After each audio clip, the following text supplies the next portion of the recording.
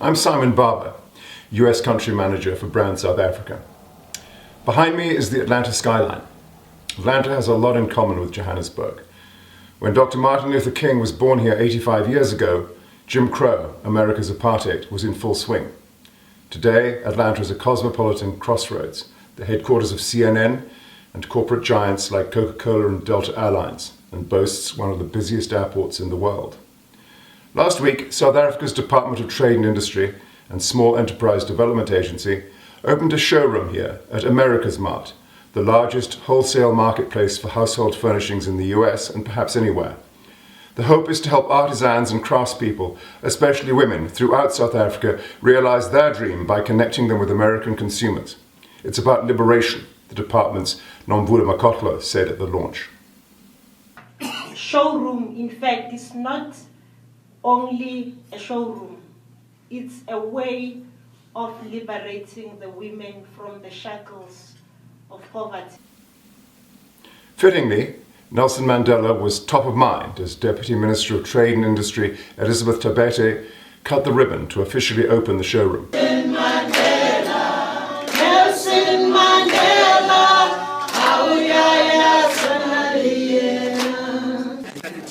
Let's do this.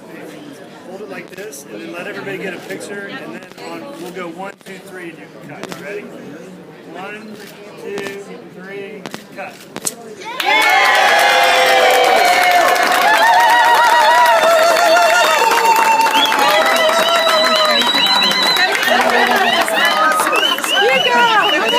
Most, if not all, the products marketed at the showroom will be entering the US duty-free thanks to the African Growth and Opportunity Act, assuming South Africa remains a beneficiary when the Act comes up for renewal next year. Ambassador Ibrahim Rasool urged guests at the launch to lobby for South Africa's continued inclusion. You've got a senator here who is the vice chair on the international trade, who will be very decisive in the African Growth and Opportunities Act that will be reauthorized next year. He's Senator Johnny Isaacson. I would like you, if you're a Democrat, make friends with him and tell him that it is the right thing to keep South Africa in the goer, because you have seen here today that South Africa doesn't only export minerals and oil to the United States. We have used the goer to empower women. Local politicians are likely to heed the ambassador's call. They gave the South African delegation a warm welcome. Dr. King would have been delighted by the showroom's opening, said State Senator Donzella James. And he would be so happy if he were sitting in this room right now, knowing that South Africa has come to the great city of Atlanta and that they're open for business, and we are too. So thank you for launching your program right here. Joe Kahn, mayor of the city of College Park, which is home to Atlanta's Hartsfield-Jackson Airport, showed he had a firm grasp of the South African value proposition when he spoke glowingly about Johannesburg's OR Tambo. That is the only airport in the world that you can travel to every continent on Earth non-stop.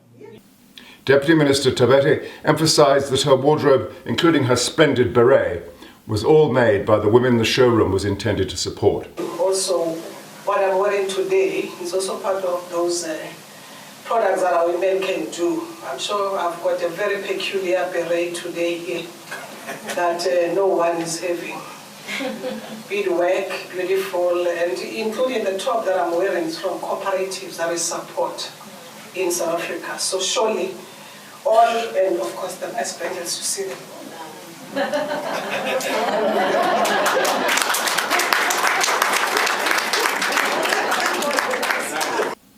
The delegation from South Africa was substantial, reflecting the importance the Deputy Minister attaches to this project. This reminded Ambassador Rasool Of a Malay shopkeeper who was lying on his deathbed, and then they lined up all his children to come and greet him. And with his last breath, he called each one of his children, Ahmad, are you here? And says, yes, Daddy, I'm here. Mariam, are you here? Yes, Daddy, I'm here. And he goes through everyone to the last one. Muhammad, are you here? He says, yes, Daddy, I'm here. Then he looked up and he said, then who the hell is in the shop? The delegates included Ruth Masakwani, CEO of the South African Women Entrepreneurs Network, SAWEN. This is a window into the spirit of the people of South Africa. So we hope you will appreciate and get to love them much more. Thank you. Maralisa Hogendoorn, the Small Enterprise Development Agency's Chief Financial Officer, spoke of the project's great promise and the challenge of getting everything ready in time. The possibility of this project is endless and the sky is the limit. We know that this means so much to so many of us, and I think it's a project that is a flagship project of CEDA. So we're proud to be part of it, to be proud to be in Atlanta, to be proud of an excellent team of people who made this possible. To just actually give you an indication of what stress the people went through, the product that you see today only arrived at 3 yesterday afternoon. Ms. Hogendoorn's magnificent beaded tie caught the attention of the Deputy Minister and the DTI's Zodwa Ntuli. I just want to show something. If you look at that tie, let me say, that's made out of beads, handmade, South African produced. Beautiful, isn't it? This is what you're going to find here all the time. If you're looking for something unique, something special, something South African, please come here. This is open for you. All right. Visitors to the showroom will be walking quite literally on a piece of South Africa, DTI's Chief Operating Officer Jody Scholz told everyone in welcoming remarks. You are officially on South African soil because the floors that you are standing on are made from the acacia tree in South Africa. So you're literally on South African soil. So welcome. The department has engaged Mark and Shannon McCullough and their Missouri-based company Mocha Global Explorers to run the showroom. She is a vet and he has a construction company, but they have found time to launch a successful business importing and distributing South African crafts online. Welcome everyone. My name is Shannon McCullough. My husband Mark and I own Global Explorers, and we just want to thank everyone that's been involved in this process. It's a really exciting day. I have a few flowers that I'd like to present to a few people, starting with the Deputy Minister. And for those of you that aren't from South Africa, these are proteas. One thing that I learned when I first started traveling to South Africa is there's no strangers in South Africa. Only good friends that you haven't met yet. So you're very warm and caring people, and we are excited to share you with the rest of the world through this facility. The creative force behind Global Explorers is Joan Green, an award-winning designer of dolls and giftware who explained her thinking in setting up the showroom and showed us around a few of the items featured at the opening. So the idea behind this showroom is that we wanted to be able to show the product as if someone were in a home, and so that buyers here in America can see how South African products fit into an American home. I think it's very important.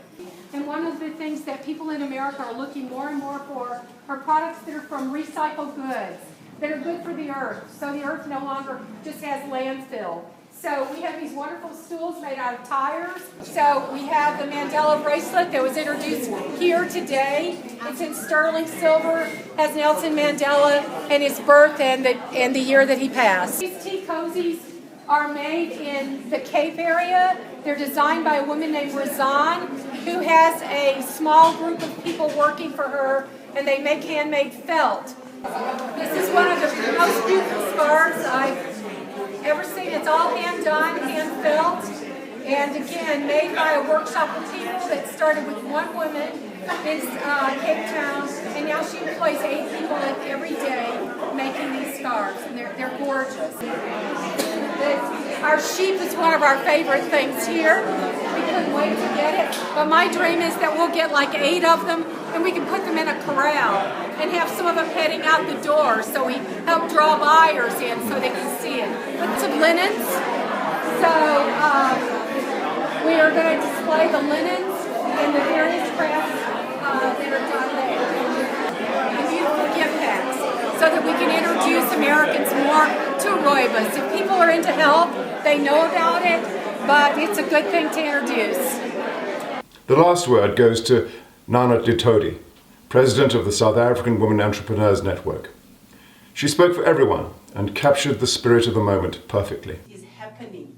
It is happening, and we say in our country, halala, halala DTI, because the Department of Trade and Industry who has made this possible.